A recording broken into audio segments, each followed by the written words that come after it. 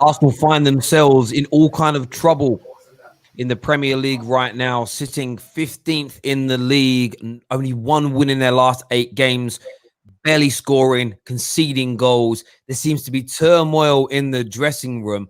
This is the Ollie. This is not the Ollie out show. I'm so used to talking Ollie out. This is the Arteta out show. We're here to have a serious, frank conversation about what is going on at Arsenal. I've got a couple of great guests and panelists on the show with us right now. But do me a big, big favor and smash that like button right now. Share this stream. Let's jump straight into it.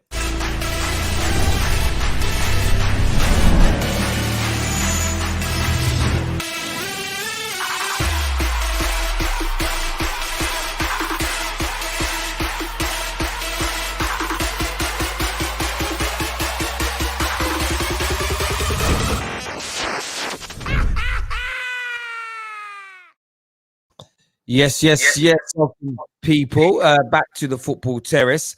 It's been an interesting sort of almost 24 hours now in the world of Arsenal. Another defeat. I think a loss that most Arsenal fans didn't expect to suffer. We obviously had a gal on the show who sort of screwed his face up at the idea of Burnley even being a threat. Famously, Ty from AFTV, not fearful of Burnley. A lot of Arsenal fans thinking it would be their customary victory. From your point of view, Adam, as a Gooner, I mean, how has this last 24 hours sort of felt? And how is your sort of emotionally as a football fan with Arsenal right now? Where's your head at? If I'm honest, Terry, I don't really know. I don't really know what to make of this entire situation.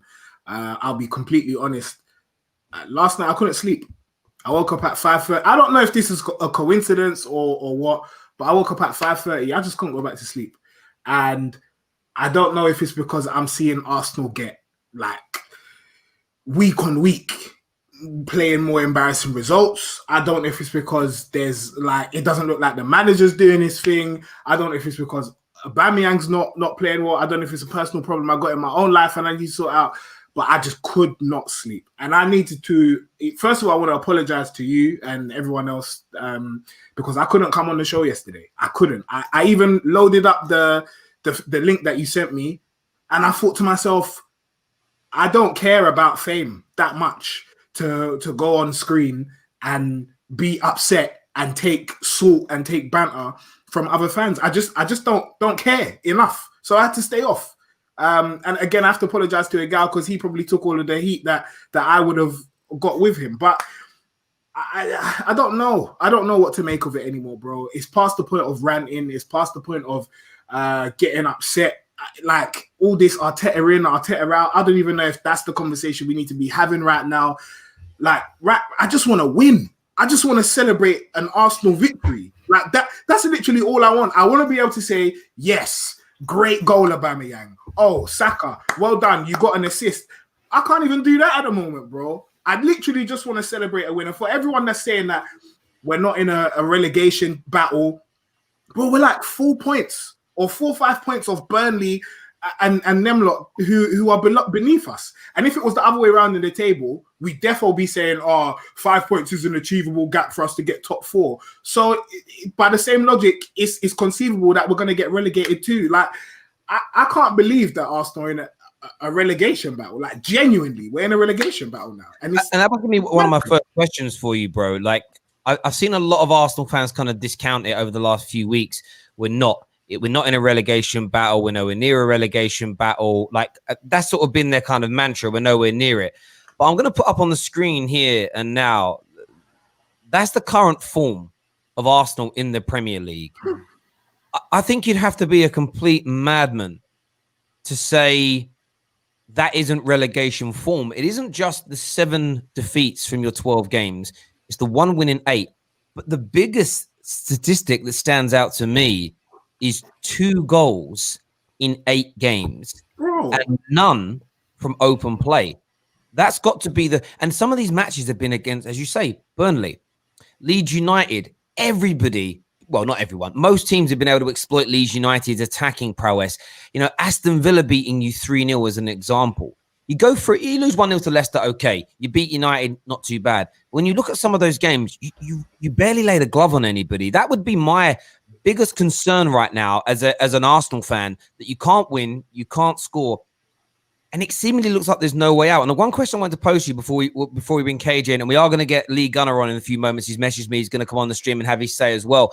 From your point of view, the Arteta in out thing for me is, do you think Arteta has the nous and the ability as a manager to see you through a relegation battle, considering this is his first job?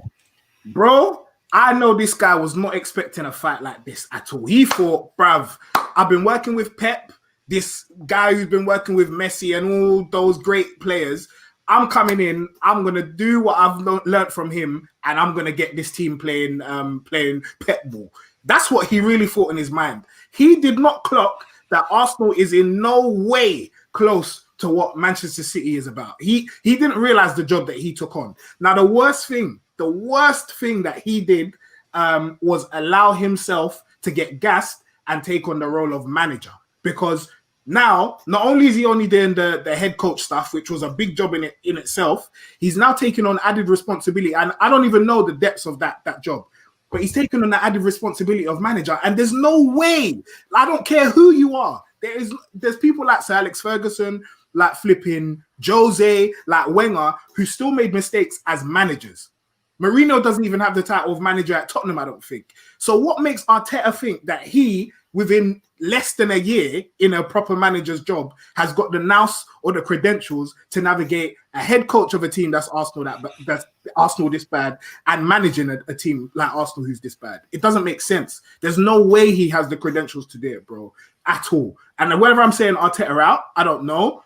I don't want to say that, but for me, he needs to learn fast. Win a game, and then we can talk about you keeping your job. Because right now, bro, his position becomes more untenable by the week, bro. And can you see him winning games? Because your next three are Southampton, Everton, Chelsea. That's the question. I mean, I'm looking at those matches, and if you're being really honest on current form, current ability, and the fact Arsenal look lost, I legitimately don't see you getting a point in your next three games. And I'm not banter, bro. Should I sit here and lie to you both and say that we're going to win the game? Because I can't do that. I cannot do that. It sounds bad, but the most Arsenal can really hope for is a draw from one of those games. Like, it's not looking good at all. It's actually very mad what's happening to Arsenal right now. Like, I said it on my show last night. I love Arsenal fans' tears and Arsenal's paying my debts to it. But when I take the banter and rival side of things out of it and just look at it from a footballing perspective, it's a massive shock what's happening right now. Like, absolute shock that Arsenal are actually in the position that they are, because the size of club they are, with the resources that they've got, limited in areas, yes, but they've still got more resources to be above 15th in the league table. And right now, to me, it's astonishing. It really is astonishing what's happening with Arsenal. I'm going to let Lee. Well, I was going to say it's astonishing, but we've got King Rat here, part of the Rat Army. Master Splinter in the building, baby. You know what's interesting, Lee? Like, me and you have had a lot of conversations off air, and I always thought you were a little bit harsh on Arteta in the sense I thought he was doing some good bits in the beginning. But what's become more and more noticeable is the situation at Arsenal is worse than maybe some people thought. And my opinion now is that you were right in the sense he's not experienced enough, but he's now handling a situation that I don't even think he expected to be in, which is being in a relegation battle. It sounds like, and we've heard rumors today about dressing room spats. There's people that have sided with Ozil not being played. There's issues with David Luiz, issues with Granit Xhaka. Do you feel a sense of kind of vindication because you were right? Or is this just, or would you rather have been wrong as a Gooner and it turned out to be a good appointment? I would have rather been wrong, Terry, if I'm being completely honest. People might not believe that, but listen, the fact that I'm right, or it looks like I'm right so far, yeah, great, whoopee-doo. Maybe next time they'll all listen. because I was right about Ozil 2 years early. I was right about Bellerin in 2017. He's even worse now. I was saying make Tierney captain when we signed him. I got laughed out of town. Now everyone wants Tierney as captain. I said about this manager last November, 3 weeks before he got the job. Everyone said I was fake. I'm doing it for views. I'm doing it for this. I'm doing it for that. And the fact and reality is every single one of them deserves what they're getting.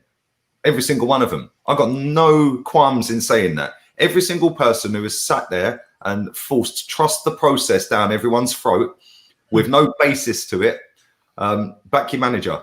Yeah, I don't want to hear none of you lot come out and say you're Arteta out. Yeah, anyone who said I'll give him until the end of the season, I'll give him until the end of next season, I'll give him this, I'll give him that. You all deserve everything you're getting. So back your manager. Yeah, I wanted Jose, washed up apparently. Yeah, he's at top of the league. I wanted Simeone, washed up apparently. Oh yeah, he's joint top of the league. All the managers I want are winners. And the reason I wanted winners is because this squad, people can laugh at this squad all they like. This squad isn't as bad as people think it is. Right, and I want to run through a couple of facts. You know, I only deal in facts, Terry. Yeah. Under this manager, on this manager's watch, since he has been manager, which is a year on Sunday, he has signed 11 players of this squad, including renewals of contracts. He signed Cedric Suarez. He's not playing him. He's playing Bellerin. He's signed Gabriel, who's been brilliant, by the way. He signed Pablo Marie. That's 3 players. He signed Runnison. That's 4 on his watch. David Luiz, he gave a new deal to. He was out of contract. He said he wanted to keep him. Got a new deal. He's then signed Thomas Partey. Brilliant signing. He gave Dani Ceballos a new deal. Man was back at Real Madrid training. Bukayo Saka, he gave a new contract. Aubameyang, he gave a new contract. Martinelli, a new contract. Willian is his signing. That's 11 players out of 25 that are in his squad that he has picked. Now add in the fact that he binned off Guendouzi. He binned off Terrace. He's frozen Ozil out. And yes, I do agree with that. But when you add all of that up together, and then the fact that Arsenal are the second highest net spenders in the world since 2018, yeah, he's had more backing than Unai Emery and Wenger in his last 3 years, yeah, combined. So when people want to sit there giving it trust the process all summer, when I was tweeting, we care to you, because I wanted your manager back to more than you lot, because you were too busy gnawing off a process that don't exist. Yeah, I'm sorry, mate. You all deserve it. Every single one of you deserve it. He's knocked our football club back. Oh, don't forget, he also sold our best goalkeeper. Yeah, sold our best goalkeeper, who's had more clean sheets at the Emirates than Leno. And yeah, and you know what I think, Lee? I said this yesterday. No manager is innocent when it's club struggling. And me and KJ have been very, very open about Ollie in the sense of he's not the ultimate problem at Man United, but if we had a better manager, a better technical manager, a more experienced manager, we'd play better and more consistent football. Only a fool would kind of deny that. From your point of view, Adam, do you think matters are being made worse? And I remember you were sitting in this room with me when you qualified for the final of the FA Cup, and I said, I hope you go on to win it, because Arsenal winning the FA Cup in their current situation it'll inflate fans' opinions of themselves. And I was kind of looked at as being salty. They said, no, Terry, that won't happen. We won't get ahead of ourselves. We had DT on here saying that you broke Liverpool. We had a gal on here after you signed Thomas Partey, dancing, celebrating, saying that's top 4 secured. You had on TalkSport, and we showed clips of it yesterday, all manner of pundits saying that Arsenal are in a better position with their structure and their manager than Chelsea and Man United to push on this season back into the top 4, maybe even more than that if you signed another player in January. Do you just think that this whole situation has been engulfed by people falling for this trust the process kind of corporate spin, and everybody got a bit gassed, everybody overinflated you, and it was a disaster waiting to happen? Of course we got gassed. I'll admit that. I was one of the people that got gassed. I didn't want to say it loudly. I didn't want to say it like on top of the hilltops, because, of course, you can never predict what's going to happen in football. But, yeah. I thought he had done enough. I thought he had shown enough in a period of time, a prolonged period of time, to say, here is a man that can take Arsenal forward, at least for the next 2-3 years, even if he's not going to be here for the next 10. That's fine. But clearly, what I didn't realize is that it was just an uptick in form. It was like that new manager bounce that even bloody Tony Pulis and Sam Allardyce have. Xhaka started playing well again. Everyone's saying, oh, this is the Xhaka that we signed. And you know me, I tried to defend Xhaka for the flipping longest, and there's no way. Xhaka is dead. Xhaka is dead. Like, let's be honest. Xhaka's been dead, and it's trying to it's been trying to flog a dead horse. That's what I've been doing for this whole time. And I don't know. I don't know if the FA Cup win gave him more credit than he would have had ordinarily. Had he lost it, would we still be like supporting him as much as we do? I really can't say, but of course we put into the hype, and yeah, I was one of those people, man. Yeah, I don't think you guys would have supported him as much if he won the FA Cup. And when people like myself and other rival fans were saying to you, like, teams like Wigan have won the FA Cup and been relegated at the same time, we was trying to tell you guys, like, yo, calm down on the FA Cup win because there's still more challenges ahead. But we got told that winning the FA Cup and finishing 8th is better than finishing 3rd or 4th with no trophy. Like, Arsenal fans were telling us this. We got told that Arsenal are in the same tier, if not higher than United and Chelsea in their progress. And it's just like, I understand you guys won a trophy, but it was bigger than the trophy itself. It was way bigger than the trophy itself. It should have been you guys saying, yes, this is a great platform to grow on, but we need to sort out things in the club. We need to sort out the squad. But unfortunately, some Arsenal fans, not all, not yourself, Adam, not yourself, Lee, not Kesh, the rest of them were like, yeah, we're better, so much better than everyone else. Like, you guys haven't won FA Cups before. You guys been winning FA Cups. You call it your trophy. You guys been doing that. So why was this any different from any time you guys won the FA Cup? Like, this is the question I have for Arsenal. Because we had someone that was associated with Pep. That was ultimately it. The association to Pep is what killed us. We really thought, now when you lot and all the rival fans were saying, it's Pep's homeboy and this and that, we were probably like, haha, don't be stupid. Like, he's obviously got some kind of knowledge from Pep, having worked with him for 2 years.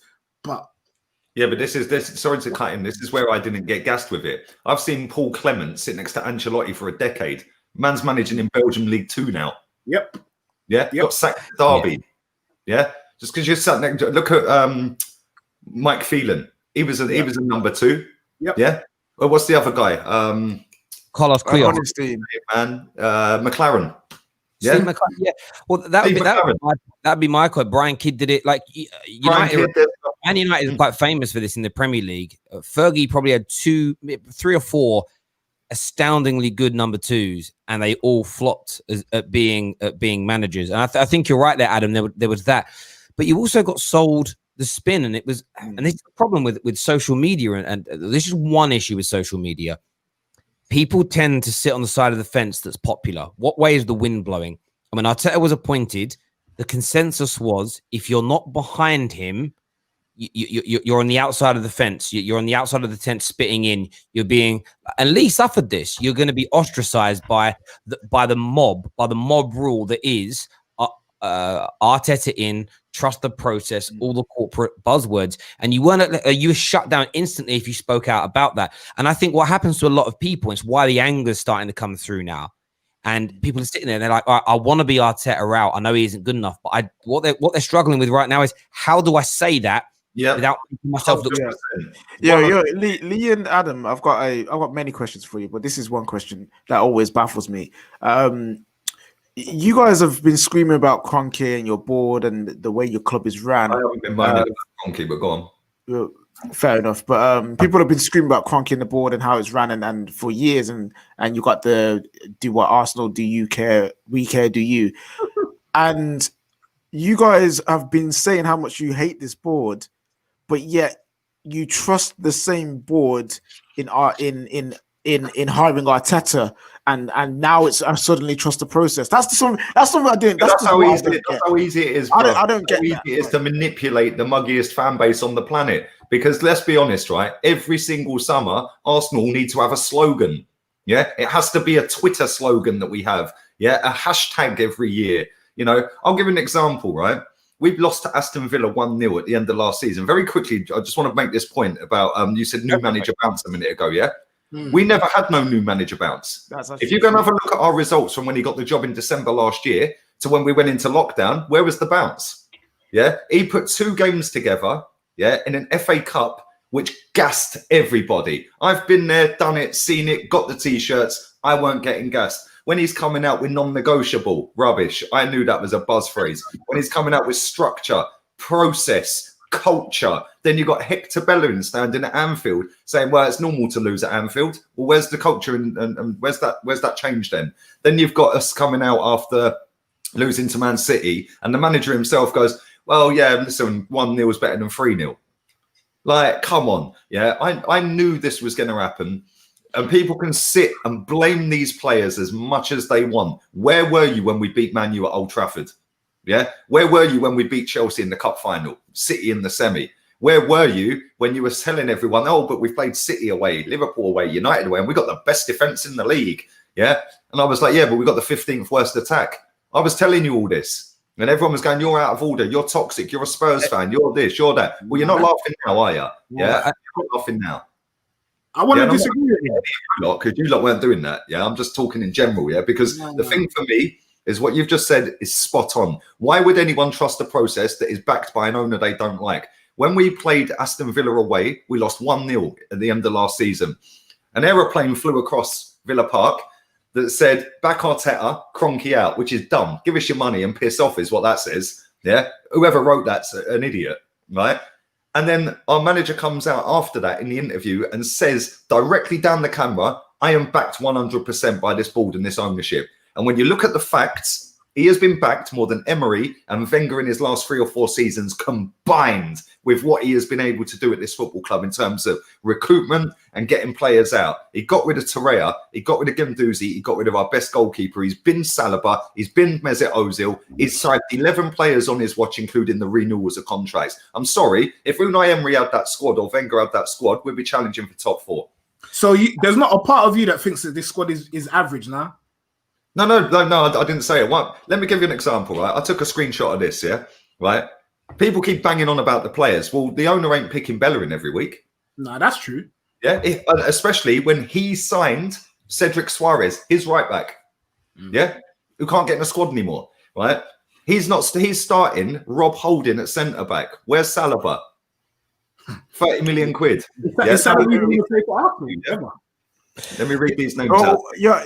But you know what I would have done? Sorry, with this, and I know we'll get into this. We don't have to like rush any of these points. It's not a problem. I'll go to that big super chat from Paul in a minute and pay it some respect. Thank you for all the super chats that have come in so far. Make sure you're all smashing that like button as well. Nearly 2,000 people watching. Hit that like and share button for us right now. We want your views and opinions and questions.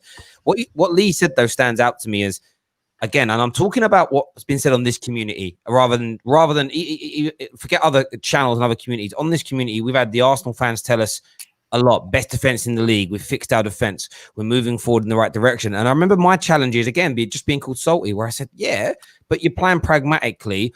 Are you going to open up and start attacking? Yes, that's coming. We'll go 4-3-3. It'll be more like Pep style, be more open and expansive. And the longer it went on, that you kept on playing 5 at the back, the more my mind started to change around, does this guy have another option? And all that's happened to Arteta is this. He had a system and a style that was working. And what happens to all players and managers when they're fledglings in their respective careers is they can start. You get a youngster that bursts onto the scene and they're twining man up on the wing looking great. Sean Wright-Phillips is an example. And then the tacticians and the coaches go, okay, well, he's really great when he does X, Y, and Z. Let's do A, B, and C in the other direction for a moment.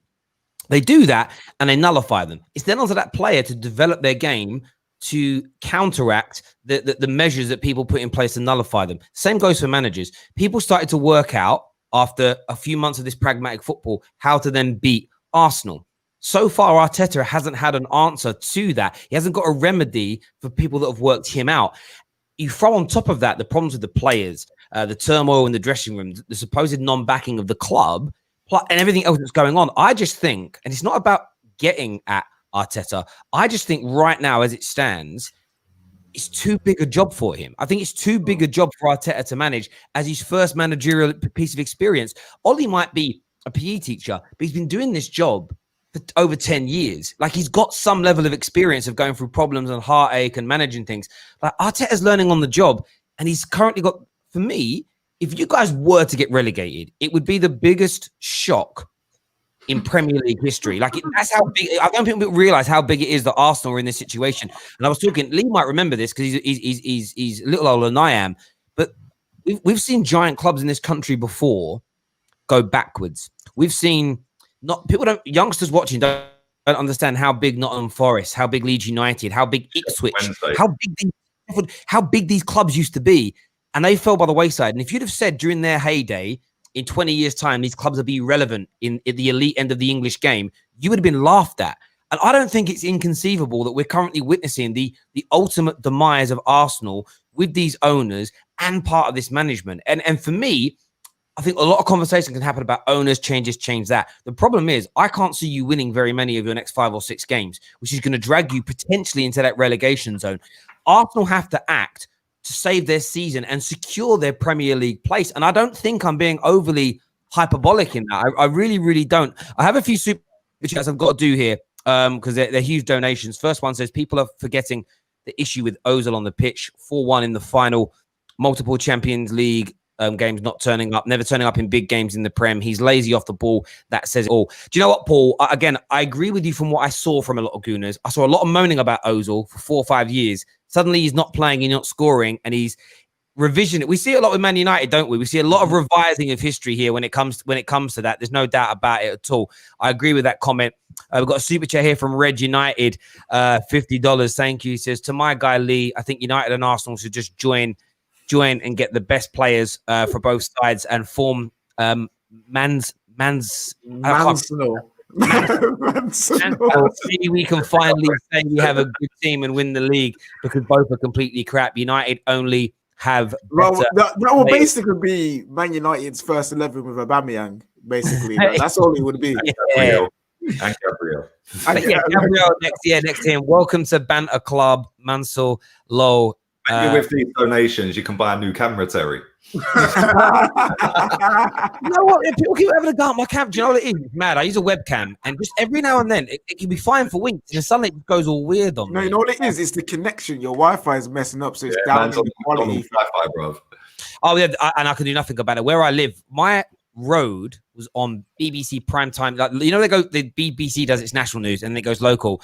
It's in the last 6 months, my road's been on the news like 4 times because all the locals are kicking off. There's no Wi-Fi. Do you know how fast the fastest Wi-Fi you can get around here is? 3 meg. 1.6. Oh no, but Terry, you deserve this for choosing to live out there, fam. I'm telling you, anyone wants to live out in the sticks, you have to go and take you know what? Yeah, but I said Adam's been to my house though. Like I would have to have what I've got in my back garden. I'm happy with this Wi-Fi, bruv. You know what I'm saying? So it's all good. Unlike Lee though, that can jump into a swimming pool pretty much sort of 365 days a year, living in Spain. Although, is it still true, Lee? You're not really allowed out there? Yeah, apparently illegal, mate. I might not actually be able to get back, Terry, because when I come back on Friday, my passport's only got 4 months left on it, so I need 6 months to be able to come back. So I need to get a passport when I come back. There we go. It turns out your hater was right all along, eh? Yeah. I wanted to ask you, like, Arsenal fans on this. We'll go to Adam first on this. What's the remedy from here, though, bro? Because you're in this relegation battle. Can you honestly see Arteta getting you out of it, or do you think that you need? Do you need to do something? Do you need to sack him? Do you need to bring in somebody else? And if so, who? Bro, the only way Arteta should be sacked is if there is a replacement that is adequate, experienced, who we're going to keep for the long term. That's the only way I see it making sense that Arteta leaves. Because we can get rid of him, that's fine. But if we give it to, I don't know, even if we give it to Hasan Hutel, because a lot of people are saying that he's the new guy we should give it to. We don't know what he's like. He's doing well at Southampton with players who are far less superior, but yet we've seen managers do well at bigger clubs like Pochettino. He went to Tottenham, did a great job, but he didn't win a trophy. And Mourinho's taking him to that next level. But we want to win trophies, so perhaps Hasan Hutel doing the same type of thing, getting results with them is not going to have the same effect. As Lee said, it's unfortunate because I really want to back Arteta. I really do. And as I said, I bought so many stocks and shares in that Arteta hype that I want it to pay out. but it's fine. I'll take the L on it right now. I really don't mind. But really and truly, I want him to work. I really, really do. But unless it's an experienced winner, I don't see the point in allowing another random inexperienced guy to come in with the same bunch of players who's going to buy 2 or 3 new guys who are going to like mismatch the system, and then it's not really going to work, and then we're going to be like, maybe we should get in another guy after that. It just doesn't make sense. You're doing the same thing over and over again and expecting different results. It's stupid. Yeah, Lee, let me ask you this question as an Arsenal fan, and again, I've been very open about this. I'm not trying to throw salt. Do you think with the way your club is run and where you're at, do you think Arsenal fans just need to stop thinking of themselves as a big football club and just resign your standard yourself and move your standard down to that of a mid-table team? Would that not make it easier to land a manager that's more adequate and to not allow everybody to get so worked up? Arsenal fan standards are in the gutter anyway, Terry. Yeah, most of them are in the gutter. Yeah, most of them. I want to read this tweet out. Don't let Arteta distract you from this fan base, which is truly holding Arsenal back. This is somebody tweeted earlier. Yes, they've spent years convincing thousands that our players are good enough. And then when we get a manager that they actually like, they use the same players as an excuse for the manager. Hypocrites. Very, very true. And this is the thing, Terry, right? I've never dropped my standards. We smashed a stadium down to compete with the best in the world. Why should I drop my standards? Yeah, I shouldn't. Yeah, my standards are go and get somebody who's good enough. Me personally, I would go with Hasenhüttl. The reason I'd go with him, he promotes the youth. He made our RB Leipzig relevant. Yeah, he's That's doing right. bits at Southampton with, let's be real, a squad of players that if you put pound for pound up against our players, probably nowhere near really, let's be honest. But he's getting a tune out of them. He's got no affinity to this club whatsoever, so he ain't going to have his favourites. Yeah, like Arteta has. He plays a decent brand of football. A lot of the time he plays with 2 up front, you know, and we've got a striker that's scoring own goals rather than goals. It's mad. So for me, I'd go with him. And I just want to make this quick point as well that I was going to make earlier, yeah? Sorry, I know I'm waffling, mate. But I want to make this point because when people were saying about the players and the squad, yeah, about we've got the Wenger players and this and that, I just want to read out 19 names here real quick that are in this squad that don't have any connection to Wenger in terms of signed by Wenger apart from Aubameyang. Yeah, there's some Hale End lads in there. And I'm going to start with them. Reece Nelson, Smith Rowe, Maitland-Niles, Aziz, Willock, Balogun. Yeah, that's 6 straight away. Now adding Tierney and Pepe, that's now 8. Aubameyang, Saka, Martinelli, that's 11. Then adding William, Ceballos, Louise, Marie, Partey, Gabriel, Cedric, Leno, and Runnison. That's actually 20 players. Go and get Guendouzi back, bring Terrace back. Yeah, all of a sudden, you don't need Xhaka in your squad. You don't need Bellerin in your squad. And that, as a 20-man squad, would finish in the top 6, in my opinion, with a proper manager. Well, I was going to go on, KJ, go on. I wanted to ask the Arsenal fans this question because I'm very curious. If you guys sacked Arteta and bring in someone like Hasenhüttl, or even, hear me out now, or even someone like Eddie Howe, and over the next, and over the next 2 to 3 windows, sell all the big names, the Xhakas, Aubameyang, Lacazette, Bellerin, Willian, getting all these guys out, keeping the core of the young players in there, and a few experienced ones who care about the club. Like Tini's young and experienced, so that helps. And literally building from the ground up again. It means that you guys won't be challenging for top 4 and maybe not even for top 6. But for the next two years, you have a good core of players who are wanting to play for the club, a manager who's got an idea and wants to go forward in a certain way, can use limited resources. Would you as Arsenal fans accept that? Because for me, you're going to have to do a scorched earth thing, fam. You know what I'm saying? Like literally take the whole thing down and go again. Because the way that the club's going, it looks like it. I would say this. Sorry, Leah. I would also say this: if Man United did not have Paul Pogba, Bruno Fernandes, David De Gea, all these top level players are keeping us afloat right now. If we didn't have those, I would also say the same about Man United. That's what we need to do. So I ask you guys. But this is the problem with Arsenal fans. They gas up Bellerin. Oh, he's improved. He's got 5 assists. He's got more foul throws than we've scored goals. Yeah. Do you know what's mad about it as well, right? I remember, look, I think he's talented, Maitland-Niles. I don't know how good he can be, right? But this is the thing where fans have changed. Arsenal fans were backing him leaving before he played well in a friendly against, or in a game against Wolves, or it was a friendly against. He had a game. I don't know. He was going to go to Wolves, and then I think he played well in like a Europa League game or something. And it was. I think it was the Shield. Might have been the Shield. Yeah, that was it. The Shield. And I just sort of thought to myself, how can you go from being happy for him to be sold to wanting him to stay over a 90-minute game? Because I've seen Dan James have brilliant games in a Man United shirt, and it's like you have to assess the whole body. And I actually, by the way, think Maitland-Niles is better than Bellerin, and that's why I think blaming the players is fair to a certain extent in individual games. But when you keep picking these players, like Granit Xhaka has been picked by your current and your last 3 managers consistently. They all picked him.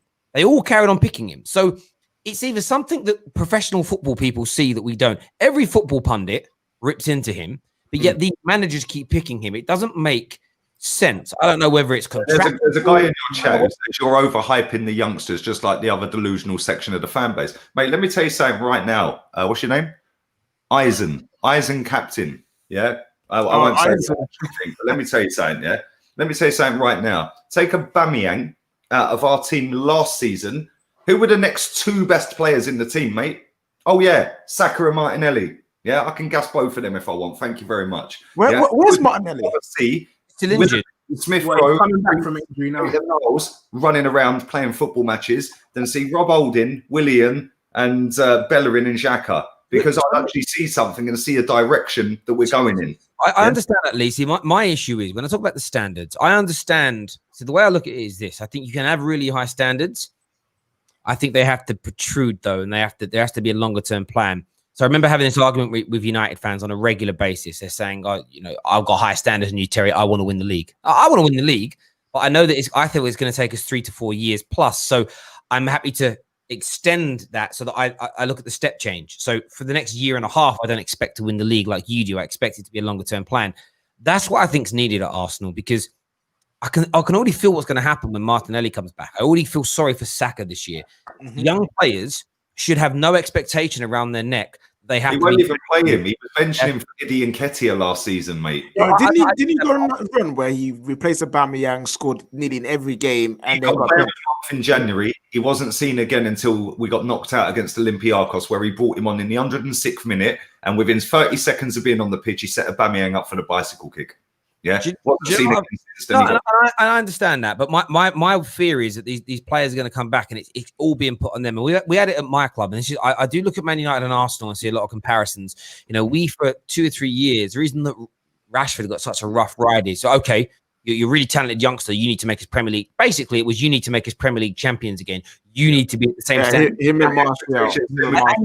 They all get it. And I don't want to see that for these young players, because that's where I will remove my rival hat and go, look, these are young men learning their trade. They need that time. They need to be kind of bled in. They need to be allowed to make mistakes and develop, because that's natural. That would be my issue, is that everybody wants it to change overnight. And Arsenal, even if you change your structure, you get a better manager in, you're 4 or 5, you're 2 or 3 years away from challenging for the top 4, in my opinion, based on how good everybody else is. See, I disagree, Terry. I totally disagree.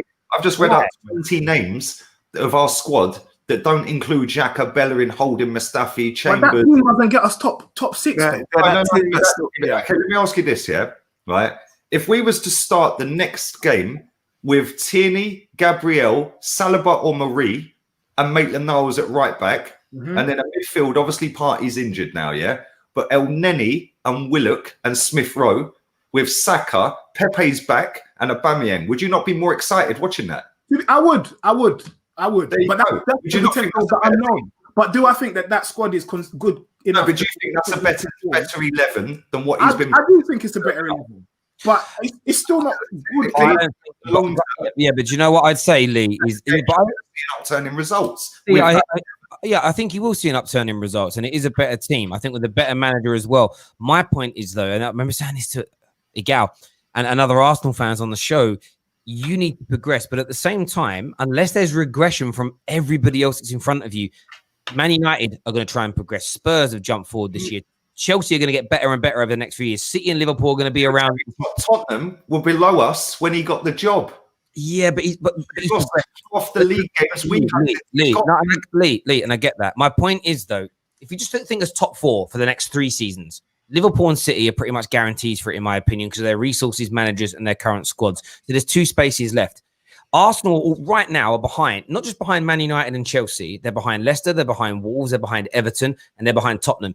You've got to leapfrog all those teams to get into that top 4 race. So you've got to progress. At the same time, they've got a manager who's prepared to drop the dead ball at right back. Lee, and I get that. But you are going to have to progress and hope that all those teams don't keep progressing further forward or stand still. So my point is, prepare yourselves for it taking 2 to 3 years. You might, Terry. I understand the point you're making 100%, mate. Yeah, 100%. I totally understand what you were saying. If we went and got a manager who could get Aubameyang doing what he was doing under Unai Emery and last season, under Emery and then Arteta, 29 goals last season, that Aubameyang needs to come back, mate. Yeah, and he ain't coming back under this manager in this formation with the rest of the players he's putting around him. Yeah. That element I agree on completely, and I've been making that point for a long time. The reason you're not scoring goals, which I don't really want to see Lacazette playing, but if he's going to play with Lacazette was Player of the Year under Unai Emery. Yeah, Aubameyang's Golden Boot winner that season, by the way. Them two were smashing it. Then you had Guendouzi pulling the strings in midfield. People cussed Guendouzi. I rate Guendouzi, and I'll tell you something now. That boy's got a big heart, mate, and he wouldn't have been strolling at White Hart Lane the other day. He would have been up and at him, yeah. And guess what? He didn't like him, so he binned him. Let's see if he's got the same energy for Xhaka. Well, listen, and I get you on that completely. A lot of the problems this season, in terms of not scoring goals and creating, which I think has taken a lot of confidence away from players, is down to Mikel Arteta, and it is down to his tactics. That I completely agree with. In terms of progression, I think it's 2 or 3 years until you can genuinely challenge for that top 4. But you need the right manager to guide things as far as that's concerned. Adam, from your point of view, like looking forward over the next few games, what's the best that Arsenal can expect? What are your expectations for these next 3 games up until Boxing Day, which again kind of crescendo with a big game for Arsenal against Chelsea? Are you fearful of just being embarrassed even more over the next 3 matches, or is it a case where I can't even lie? It doesn't get more embarrassing for me. Like we've like Lee said, we're already at rock bottom. The expectations are low. Morale is low. Everything is bad. Like if we lose to Chelsea, it's not going to surprise me. If we lose to Southampton, it's not going to surprise. We just lost to Burnley. Don't ever forget, we just lost to Burnley at home. That's our 4th home defeat on the bounce, bro. On the bounce. I can't even remember the last. We scored what? We scored 1 goal from open play this season. I think it is. Like, bro, nothing will shock me anymore. So, what can I see happening? I expect a loss to Southampton, if I'm being honest. I expect us to lose to Chelsea, who are playing well. Maybe we might beat Everton because I don't think they're up to much. I think they're hot and cold. We've got Brighton after that. I think we'll beat them too. But they also play some good football. So at this point, it's 50-50. And Neil Maupay's probably got an axe to grind, considering the way that match went last time. So their only win, Brighton, in the Premier League at home this calendar year. Oh yes, it was to us. Even we beat them. To us. Even we beat them. Apparently, we were 15th. We were 15th. You know what I'm saying? Can I ask you guys as well? I want to speak about the social media element. I get banter is meant to be there. Do you think there's a lot of Gooners right now legitimately regretting the way they spoke to Man United 4 or 5 weeks ago? Look where you are. Look what you're doing. Overgassing their team, the dancing. I mean, AFTV, look, everyone knows I've got a lot of love for Robbie, but we will banter them. They've removed the Thomas Partey music video. That's I think that tells you a lot, brother, about how Arsenal, when we played Leicester, Terry, Arsenal had the tune on as we walked out on the pitch, and then we lost. Party, They played it as we were walking out. Didn't Partey walk off that game as well with an injury? It was like, that was Tottenham. That was Tottenham. Spurs. Oh, no. Again, that's another Mikel Arteta situation that I just heard no. And when I say Gooner, I'm talking the big popular ones on socials. I heard a lot of shouting and moaning, but I heard nothing about Arteta rushing Partey back from injury and then the man picking up another injury straight away. Because I know if that were Ollie, I know if Klopp did that, I know if Jose did that, people would be on their neck. And I just what about when he put David Luiz back on with a bloody head and then he's missed the next 2 games since? Yeah, the week before, the game before, by the way, there's 2 injuries in a row. I agree. And I think for me, I don't want to like jump on a man when he's down, but I'm going to. Like at the end of the day, right, I just feel like there's that balance. And I think this is what Arsenal fans, a lot of gooners that have been on this platform are like, a few messaged me. I'll tell you, you seem to be doing a lot of trolling videos towards Arsenal recently.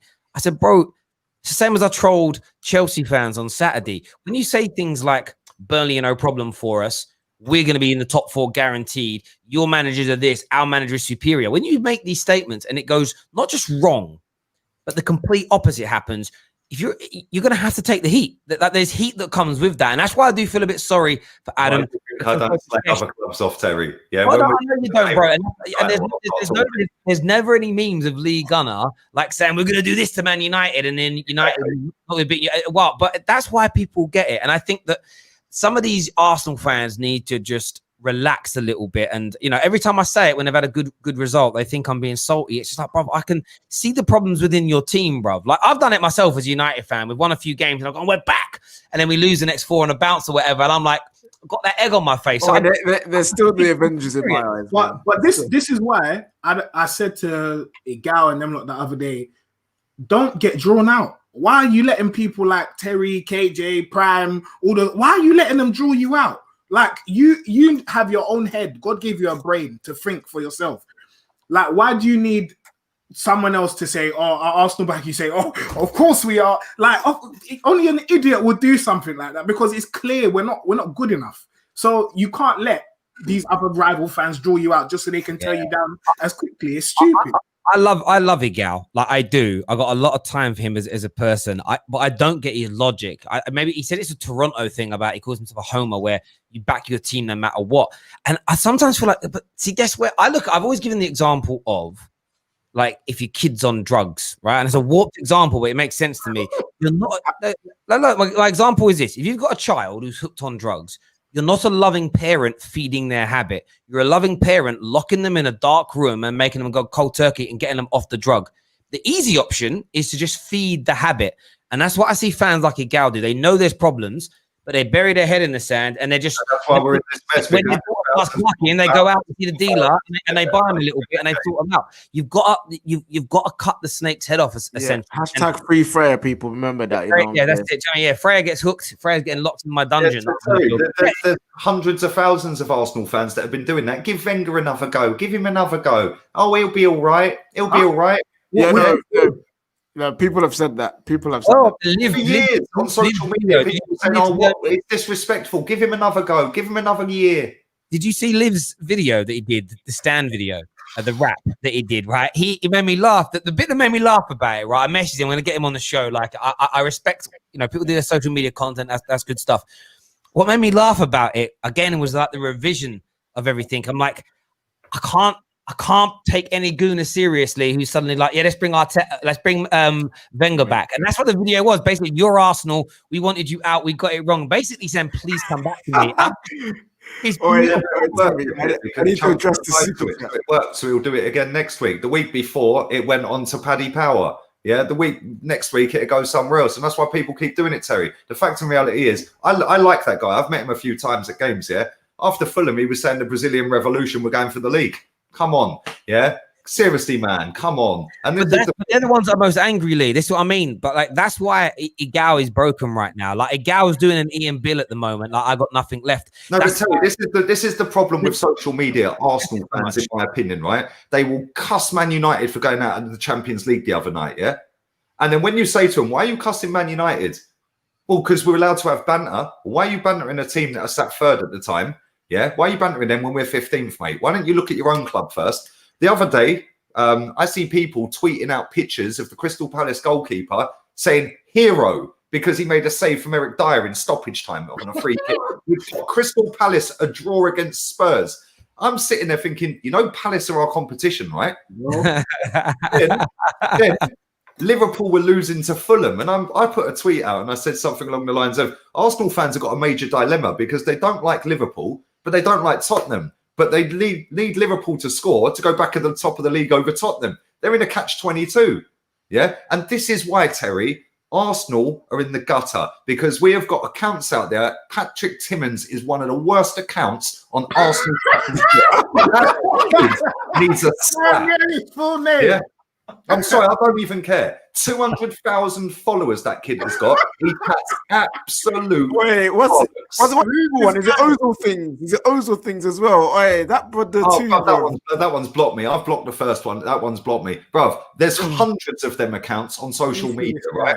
They copy and paste. They only boost each other by retweeting their own stuff. Yeah, they've never replied to anyone, and it's generic crap which they know will get hits and clicks. Why?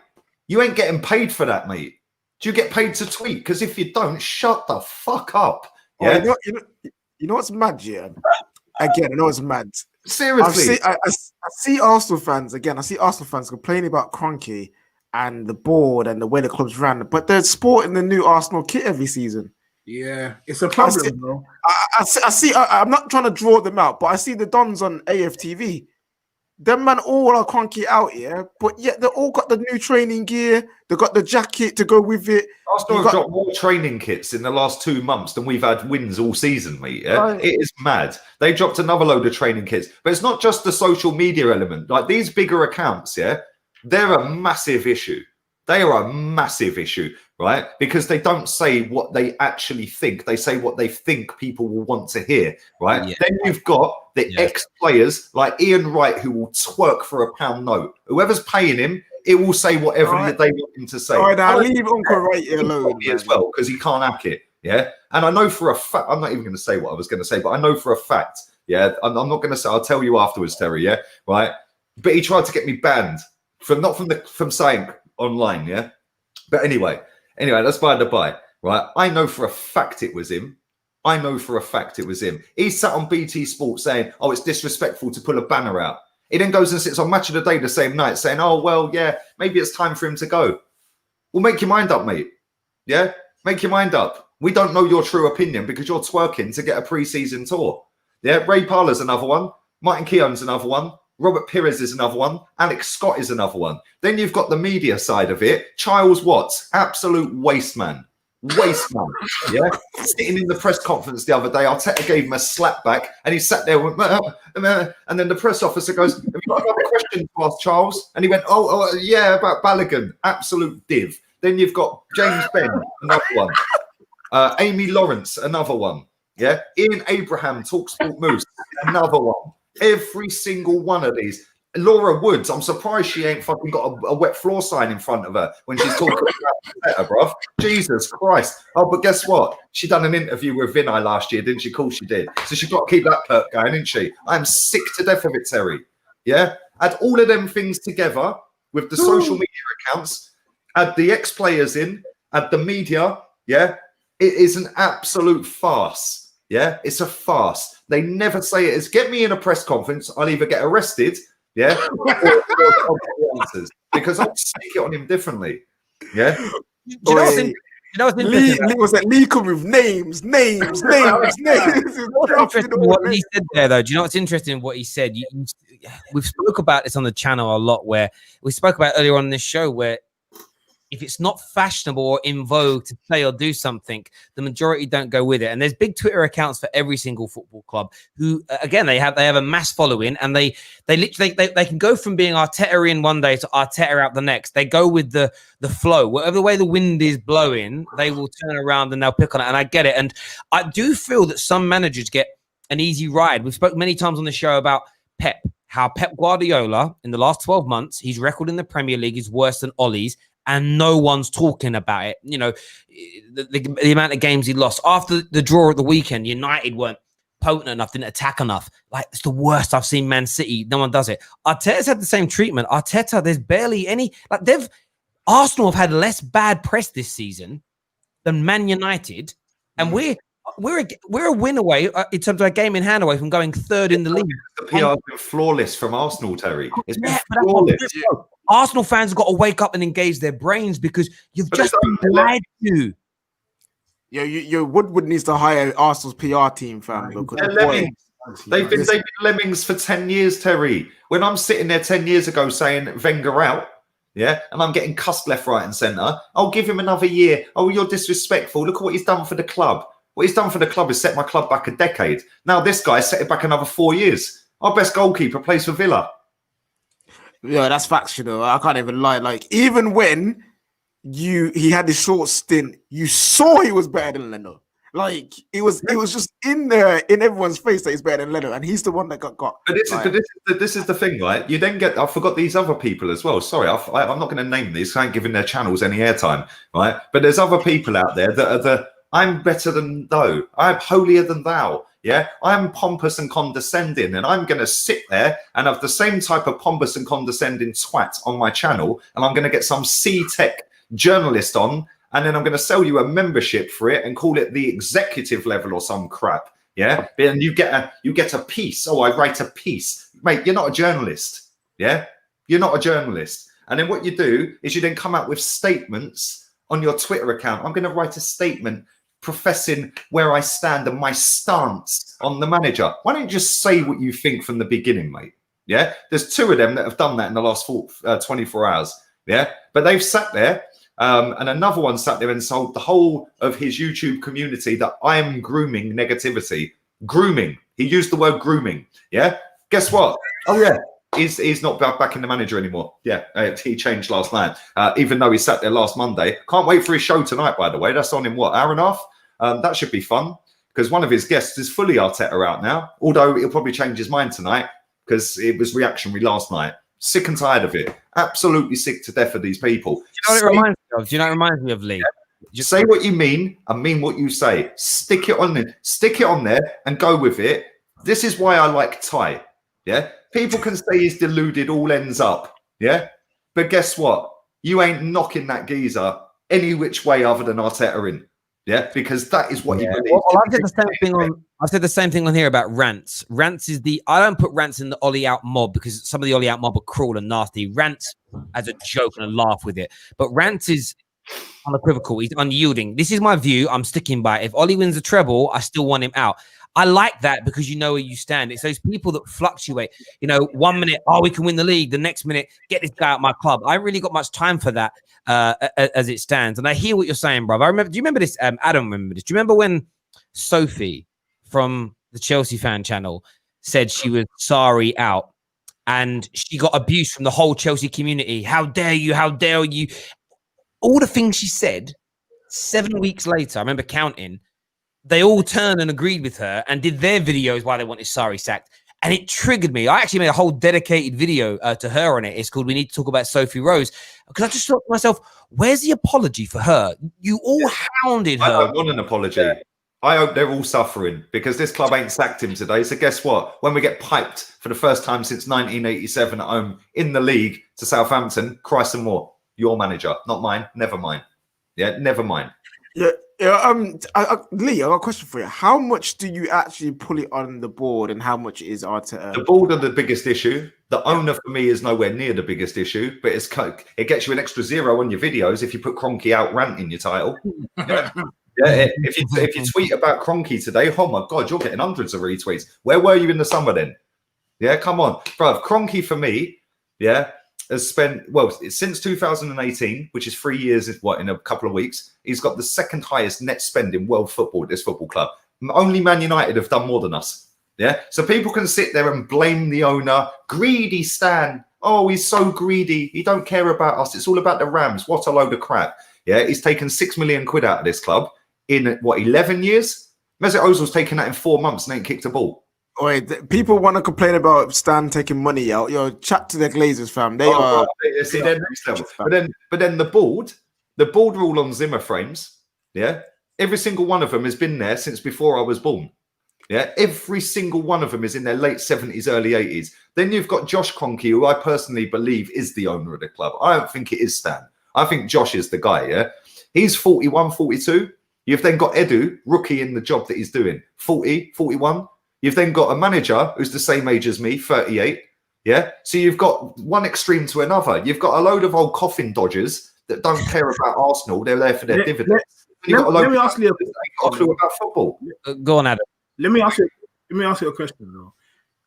Why is it that you think people who were previously Arteta in, why do they not reserve the right to change their mind? Why do they have because to when they've sat there actively on their Twitter accounts and their YouTube channels saying, I'm giving him until the end of the season, only a week ago, by the way, some of these people a week ago, I've seen their tweets today, mate, when you're sitting there cussing off people like me saying I'm grooming negativity and I'm backing the manager, they're only doing it for views and clicks, I'm backing the manager until the end of the season, and then after a defeat to Burnley, you suddenly come out. You're lying in the first place because you were Arteta out weeks ago, but you sat on the fence and sat on the fence and sat on the fence in the hope, and this is the problem with Arsenal fans, right? You've got the ones like me that just go, fuck it, I'm Arteta out before he gets the job, and I'll take the flack because I don't care, bring it, don't care. Then you get the other lot that will flip and flop and put rant in the title of their videos, but they'll rant, and then at the end of it, they'll say, oh yeah, but I'll still give him time. Because they are Arteta out, but they don't officially want to go down that route just in case he turns it around. Well, sorry, that ain't me. I could have easily flipped and switched after we won that FA Cup on the 1st of August. I was sat in Sevilla in an Airbnb, and I said to Chig on camera that day, when people come in and go, oh, he's proved you wrong. Well, you ain't laughing now, are you? Because guess what? He's proved me right. And I sat there and I said to Chig and to everyone who was watching in that chat, I said, listen, great that he's won the FA Cup. I love the FA Cup. I actually love it more than most of the people that were watching it who couldn't care about that trophy because Arteta won it. Oh, it's the greatest thing in the world. Do you know what I'm saying? I hear you on that. And right. I want to address this. There's a super chat here. There's an interesting one from iTest. And I love this because, again, this is how people, I love how people hear things. I've heard this guy on your channel before. He needs an eye test, doesn't he? Yeah. He needed an eye test a couple of weeks ago. Dumb. He says, that's dumb, Terry. Why can't people change their minds? If you are proven wrong and you still say you are right, you're a fool. If Ollie wins the league, I will say I'm wrong and I'll change my mind. But that's the point, iTest. You've completely misheard because your lifelong ambition is to prove me wrong on something. You just said it there. You've actually proved me right in your statement. You will say you're wrong. The point Lee's making and the point I made is when I changed my mind, I addressed that I got it wrong. I did a whole thing about how I went in too hard on Ollie and I was actually, my words were, I was actually weak and succumbed to the peer pressure. I admitted my mistake and then I went along that road. The issue I have with a lot of people that fluctuate from Ollie into Ollie out, Arteta into Arteta out, they do it and think you're not going to notice and don't address the thing. Yeah, I don't care. I'll highlight their hypocrisy every week. And you do that, and I get it. That's the point I'm making on here, is that I don't mind people changing their minds. So my point about Sophie Rose was, when all the other Chelsea fan channels agreed with her, none of them went, do you know what, Soph? They should have done, in my opinion. Do you know what, Soph? We all went for you. You were absolutely spot on. I'm so sorry. They didn't. It was they just tried to like sneak in the back door and act like they were there the whole time as well. And I don't have a lot of time for that when people do it. So you're right, iTest, on this occasion. If you get it wrong, say you're wrong and then change your mind. If you just suddenly change it and act like you didn't, that's you're spot on. Like, because I did this with William. When William signed for us, Chelsea fans, I got a lot of Chelsea fans that watch me. They said to me, yeah, don't get gassed over that guy. I said, listen, every time I see him play for Chelsea, which isn't as much as you lot, I think he looks all right. I didn't expect him to come in and be a starter every week. Yeah, I was thinking that he was coming on for Reece or Pepe in the second half of games, or the odd game at left wing, right? But after 11 games last week, I sat there and I went, do you know what? He's shit. You got to watch. I never sat there and said I'll give him a season, and that's my point on the Arteta. But apparently he's better than Ziyech. So. Yeah, Robbie's got a thinker with it. I can't hide. Nobody says this. They said it's on video, fam. Video recording the internet. Yeah, Robbie had a night. A gal on this channel said that Thomas Partey is better than Kimmich. Without seeing him kick the ball. Thomas Partey's not even better than Kante. Now, do me a big favor and hit that like button right now. Let's get this past 1,000 likes, please. You're very lazy with that like button. Make sure you're hitting it now. Make sure you're smashing that like button. Over 3,000 people watching. Big show. Someone here says Robbie actually said that Ziyech, William was better than Ziyech. Yeah, I didn't know that, did he? Oh, Robbie. It was Robbie, man. Yeah, Robbie's had a man. Go on, Adam. Sorry. That's what I think the problem is with social media. And I'm not trying to get onto Robbie or whoever, but I think people are so desperate to have that take that was like, see, I saw it before everybody else, that they want to say something that isn't even true. They're so desperate to have that one thing that people can attribute to, oh yeah, he was the first person that said that. And I think it's killing people. You can't tell me from what you've seen of Willian and what you've seen of Ziyech that Willian is the better player. You could never do that, ever. Or because you're desperate for people to say that you know football more than everyone else. Yeah. The funniest thing about that comment was when Rob was like, "Oh, Ziyech's a good young up and coming player, but he ain't got like the experience of Willian." I was like, "The man's 26, 27, fat. Yeah. Like, the man's 27. He's not even young." So that's from that comment. I was like, "Okay, Robbie don't actually watch Ziyech to that, and that's cool, isn't it? Like, let me just." You know what? You are right though, Adam, in what you say there. Everybody's looking for that, like I call it like a gotcha moment. Like I've got you on something, or they want to be famed for getting something right, and you see that with a lot of people's tweets are about that. And I have predictions, and I get some things right, and I get some things wrong, and you take it on the and Actually, I'm always right, Terry. Yeah, and you take it on the chin. But the real art of it is putting your hands up and owning up when you get something wrong. And we see it a lot in the United fan base with Marcus Rashford, and we see the desperation from his detractors now trying to make up. We have an eye test is one of them. These guys and eye test merchants. As a general ability merchant, the football ability merchants, and me and Adam sat in the studio many times with the Have Hopes that used to do this. They hate stats. Stats are the worst thing in the world until they can use a stat to prove their point, and then they jump on it like a bitch in heat. It makes me die. We had eye test on here doing this, and another guy phoned in the other day. They threw 5 stats at me as to why Rashford's not very good. But I'm like, bro, I thought stats didn't mean anything. So, but suddenly they do. But that's the point. Like everyone wants to get something right. Do you know how many Man United fans are out there that are desperate to prove that Rashford isn't good enough? And if he turns out not to be good enough, they'll hold a Mardi Gras. They'll have a party, bro. They literally will celebrate.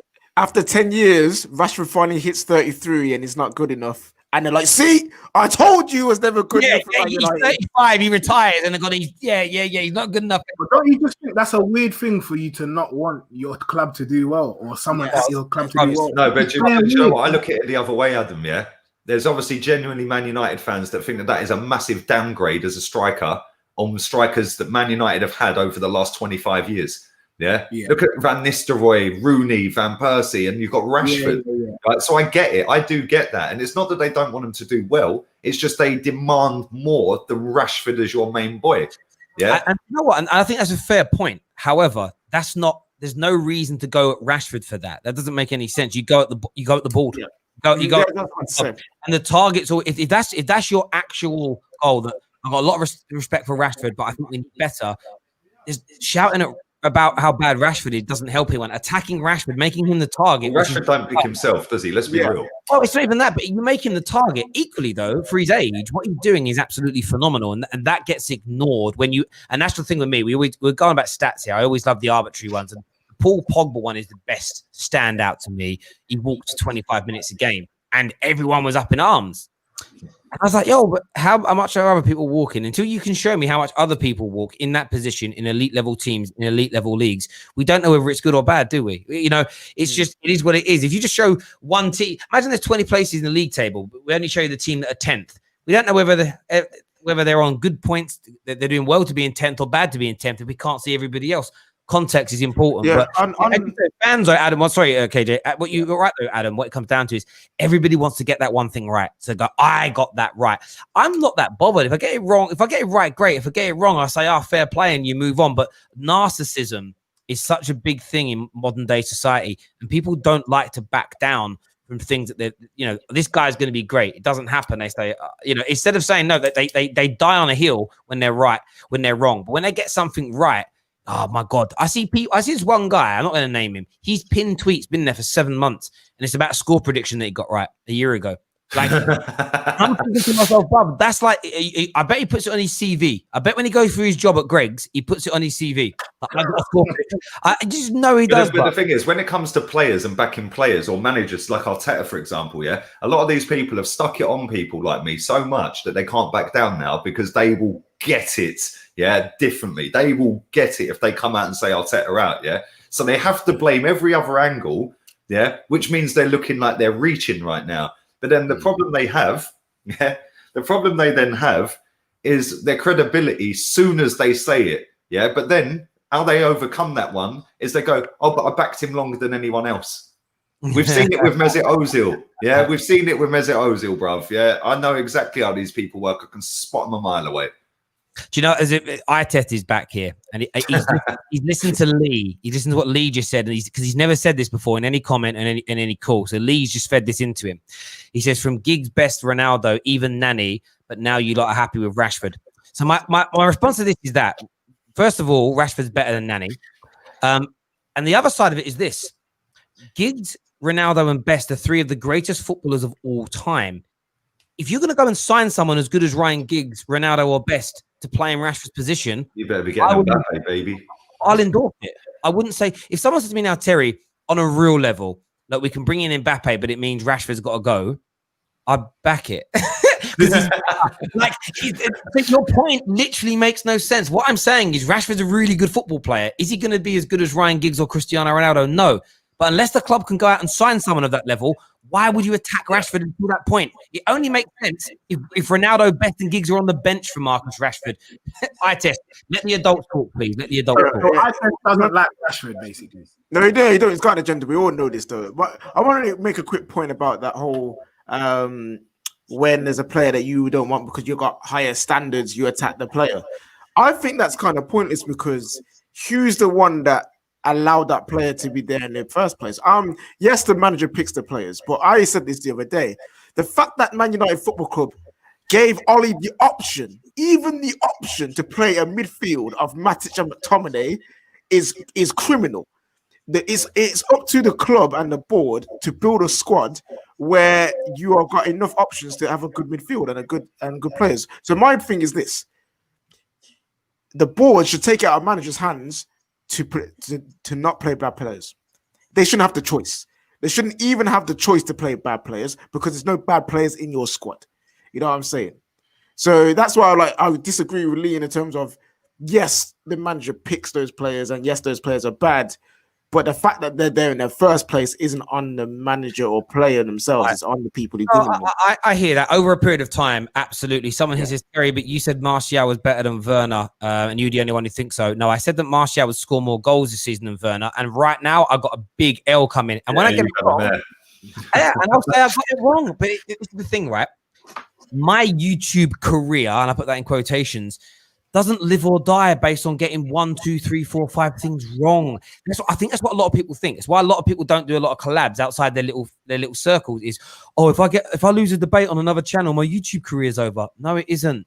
It just isn't. Everyone's so scared. Question here for Gooners: do the Arsenal fans here believe Arsenal could bring players in January, or do you believe you will improve by getting rid of players? Because I don't know what players want to come to Arsenal. Well, this is another madness that Arsenal fans somehow seem to think that we're going on a shopping spree.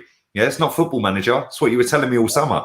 Yeah? We're in the height of a pandemic. It's what you were telling me all summer. We're still in that pandemic. London's about to go back into tier 3. Arsenal can't have fans at the ground anymore. Yeah, and you man have forgotten we've got 2 players too many for the squad already. So if we're going to go and buy a player, we need to get a free to get him in the squad. Gooners, I want to ask you a question, Adam and Lee. We'll go to Adam first on this. Yesterday, quite a few Arsenal fans were saying that the reason that this whole situation's happened, that you're in a relegation fight, isn't really tactics or players per se. It's that you've got 2 or 3 players that don't have squad numbers, Ozil, and it's destroying the morale. And once you get rid of those players in January, it's all going to be okay. What? That is stupid. And the thing I spoke because Lee came on a chat we did in the summer. I think it was even during lockdown. And I didn't know that there were many other people that didn't like Ozil in the squad. I don't like Ozil. I don't think he should be in the squad. I think we should have sold him a couple of seasons ago. But why would him not getting a shirt number or him not being part of the team destroy morale unless he's got more power than the manager does, which I find hard to believe. And even then, you should never be in a situation where players or a player has more power than a manager does. So get rid of a lot of them, whether it's him, whether it's Kolasinac, whether it's Mustafi, whether it's all his other boys, I don't know, or Socrates. Get rid of them, send them out, and start from there. And one other thing I want to say quickly is that I think a lot of Arsenal fans got a really big reality check when we didn't get Szoboszlai. I think they were really, really shocked because they thought Arsenal, we got Partey. It's a sure thing that Szoboszlai is going to come to our team now. The release clause is cheap. Why would he not want to come to a club like Arsenal? And now he's gone to Leipzig. They have got the biggest slap in the face, and I want to see who they're going to put that on now. I really want to see who the next number 10 is that they want to come in there. Yeah, Todd Cantwell. It sounds mad, yeah, but I think Arsenal need to stop trying to shop in Europe, trying to shop all over the place. Focus on the Premier League and Championship, and just raid here and build from there, because that's how you build a good base. So Buzz, yeah, would have been cool, yeah.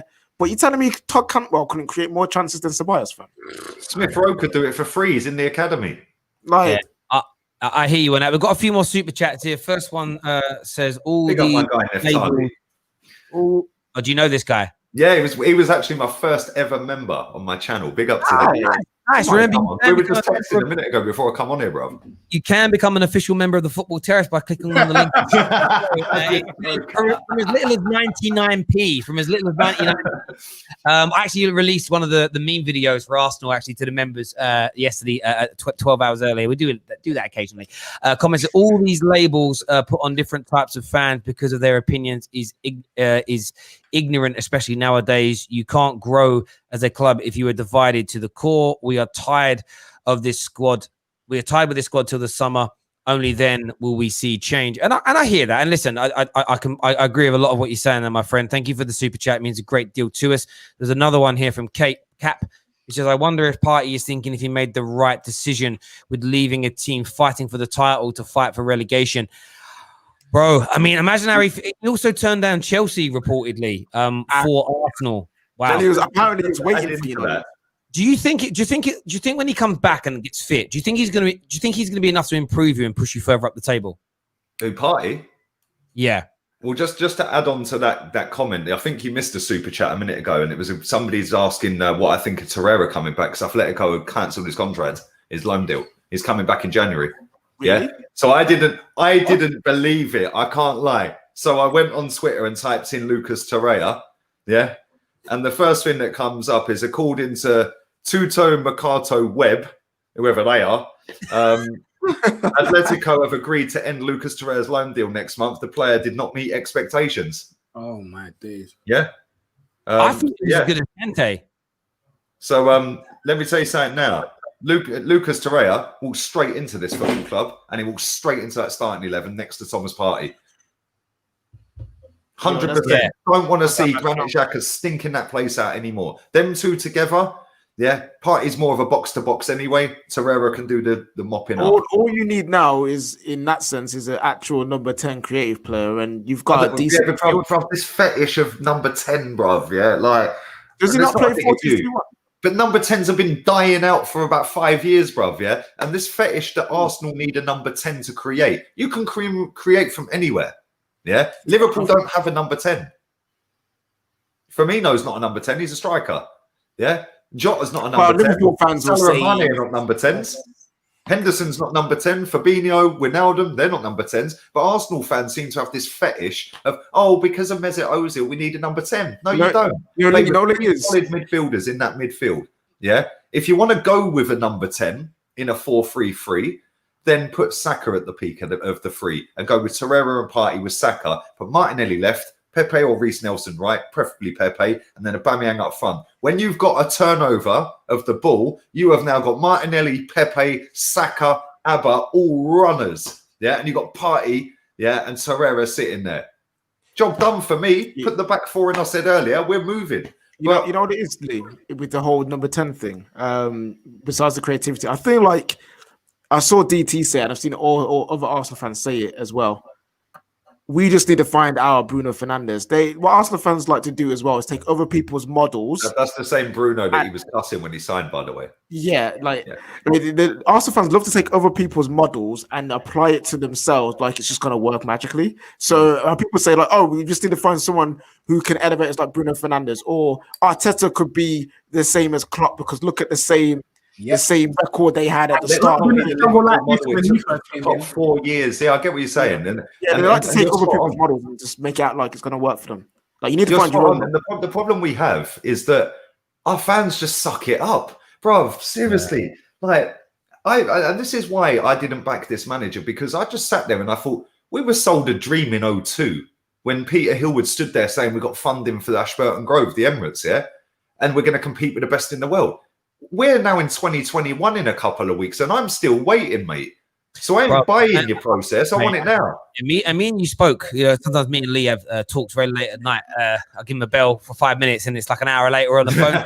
Yeah, 2 o'clock in the morning at my time. Yeah, I know. We were talking about how like people get suckered into these things so easily, and the biggest one for me, and maybe because it draws on my old job and stuff, was Aubameyang's contract renewal. And what I mean by that is, I think Arsenal fans should have been proud to an extent that they, for the first time in nearly 20 years, kept hold of a star player that big clubs wanted by paying him huge money. And a player that was still performing. I know they did it with Ozil, but Ozil was already like that 50-50 on whether he was good enough. But they didn't want to buy into that. Arsenal fans wanted to believe the PR that he stayed because Arteta put his arm around him and he believed in Arteta's philosophy and the way things were moving going forward. And that may have had a quantum of truth to it, but he stayed because you're paying him £375,000 per week. Arsenal fans, though, always want to believe. We had a gal on this show, on the transfer show, when you signed Partey last minute,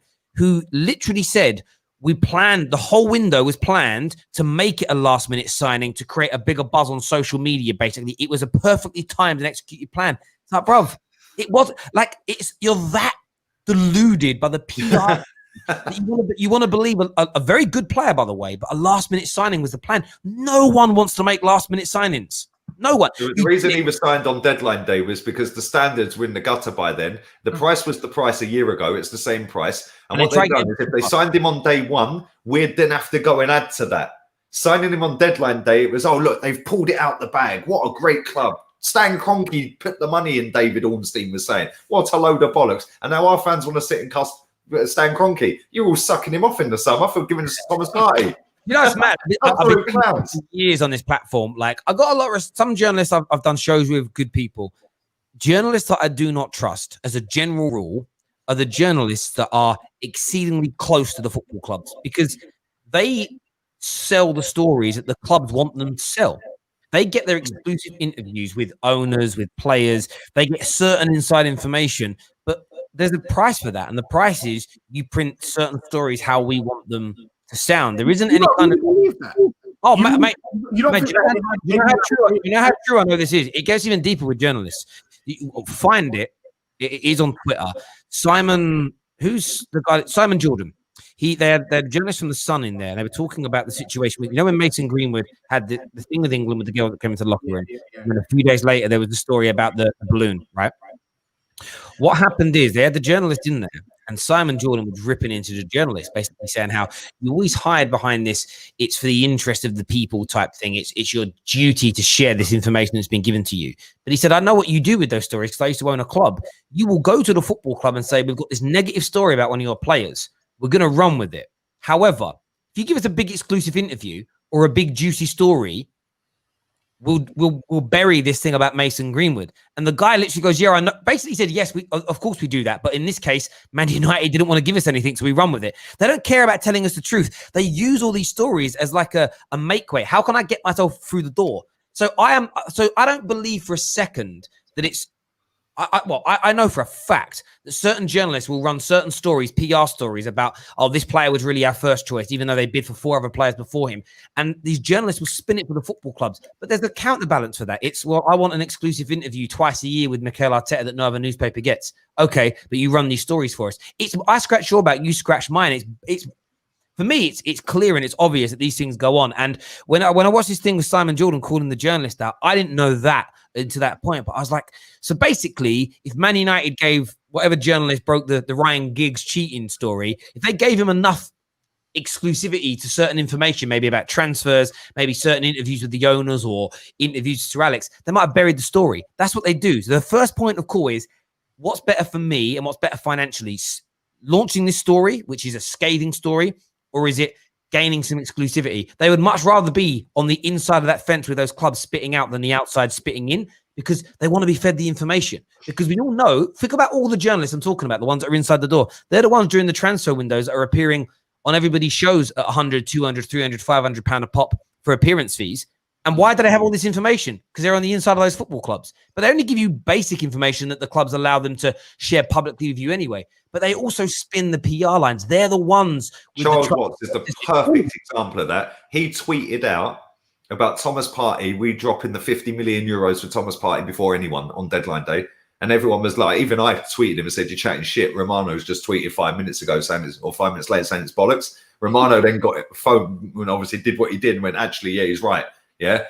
So I was like, this is the same Charles Watts who was sat there and asked Arteta the other night to elaborate on a question that James Benge had asked in the Zoom call after the game at Dundalk, saying, how comes the other day after Tottenham, you said 53 crosses, which was that's what you wanted to do, and we'll score more goals with crosses. But now we didn't do that tonight against Dundalk, and you're saying that's how we want to play. Can you elaborate on that? He went, no. And he went, sorry, Mikel, sorry. And he went, no, because I know where it's come from, and I see your colleagues laughing. Yeah. He didn't say a word, mate. Yeah. I'm sorry. If you had any balls about you, you would have gone straight back at Mikel and said, what do you mean? I ain't laughing. The fans want to know what the crack is and the style of play. The Arsenal media guy said, have you got another question, Charles? Just ushered him straight on. But he won't ever challenge him because he got that story about Partey before anybody. So he's not going to do himself over by getting another story in January, is he? So in that situation, conflict of if interest. you're Charles Watts or you're any journalist for that matter, what do you do? Because obviously you're not going to shoot yourself in the foot, because that's how you're putting food on the table. Well, it's a conflict of interest then, because a journalist, in my opinion, that works inside or gets inside stories and goes to Zoom calls and press conferences, me personally, how I see a journalist, they are the missing connection between the fan base and the football club. They're supposed to work on behalf of us. Yeah, do you know what I would say is this? If you look at it, look at the journalists who nobody considers, and I'm talking like popular journalists and names you know, the ones that always that don't have great transfer information versus the ones that do. And then look at the articles they write about the football club during the season. The ones who generally have great transfer information, write generally positive stories about the football club. The ones who have barely any transfer information are the ones who will write some positive, but also scathing and negative stories about them, because they're doing a proper journalistic piece of work. And by the way, I don't blame these journalists, whether it's Ornstein, whether it's Fabrizio, I don't care. Like, do what's right for you. But I don't take my point is, we bring this right back round. I don't believe in the PR. I don't believe in it. Remember, it was these same journalists from a Man United fan point of view that told us that Man United had restructured under Ollie. The way we were buying players was different. Woodward is no longer really involved in anything that's going on. It's Ollie. It's a couple of board members. It's a scouting team, and almost like a transfer committee they have. They sold us this idea, and then come the summer, we saw that was complete and utter lie. Right. So the journalist who wrote that story was fed that information. There's been that journalist I've checked, no rebuttal story, nothing coming out saying, this is what I would do. If I sat down with Woodward and he did a video with me and said, these 10 things we've changed, you're going to see these things happen, and they didn't happen, the complete opposite did, I'd be making a video quoting all those moments in that original video, calling him a liar. That journalist hasn't done that. Why? Because that journalist wants the next exclusive interview. That journalist wants to have his back scratched. So they leave the club alone. And that, for me, is why generally it's wrong. And then you get the other side of it as well. Like, you always get the Liverpool journalists. Every time Liverpool sign a player, what do they all come out with within 12 hours? This player rejected Man United for Liverpool. Why? The fans go, wah, wah, wah, wah, wah. They love it. Gabriel, we get that as well. This player that shows Arsenal over United all the time. Yeah, Man United made barely any move for Gabriel. It was a passing glance, but the Arsenal media were like, Man United are heavily in for him. Why? Because that's what Arsenal want them to do. So it makes the signing sound even more glamorous. And Arsenal fans don't want to admit, that Gabriel was waiting for 2-3 weeks, to hear from other clubs before he signed for you guys. Man was waiting. Like, bruv, he could have waited 10 years. He's a baller, bruv. I can't lie. He is. I know. He's doing well for you, but I'm saying that Arsenal fans were acting like, Arsenal was his first choice. We didn't. Let's be honest. Is there any footballer in the world that would make Arsenal their first choice? Absolutely not. No. Unless you're a boy, and even then, like, You're probably going to think I hear you. And I say, boys, like, listen, the journalists do what they have to do. It's how they eat. It's how they stay relevant. It's how they get information. It isn't like, it's one thing I love about boxing. And, you got the IFLs of this world, that the YouTube channels are behind this. I actually prefer the interviews with the YouTube channels in boxing than the mainstream media interviews. Yeah. Coogan's a G, bruv. Yeah, man asks proper questions to these boxers. Yeah, and that's the point. But he's got that relationship where he can do it. And that's what I want to see from Joe. I want to see the difficult questions being asked. And it very rarely happens. And do you know what happens when it does? And you see it all the time.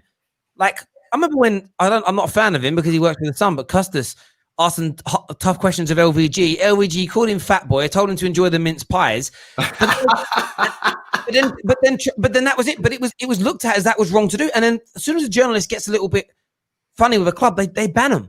They ban him from ground. And that's the thing for the journalist. There's no point being too pushy because you get banned and then you get no information. But Terry, at the same time, that's when journalists should stick together. I know they've got a job to do. I know they work for different media outlets. I get it. But if you all said, yeah, cool, we ain't coming to your game today. Yeah, we ain't coming next week either. Then what? Where are you getting your media outlet? Where are you getting them stories pushed out? When BT Sports a few weeks ago triggered Jurgen Klopp. I see.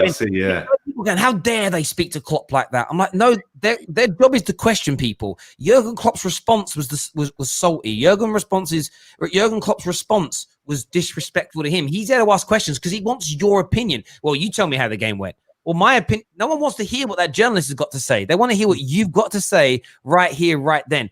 Saying, what did you make of the referee's decision?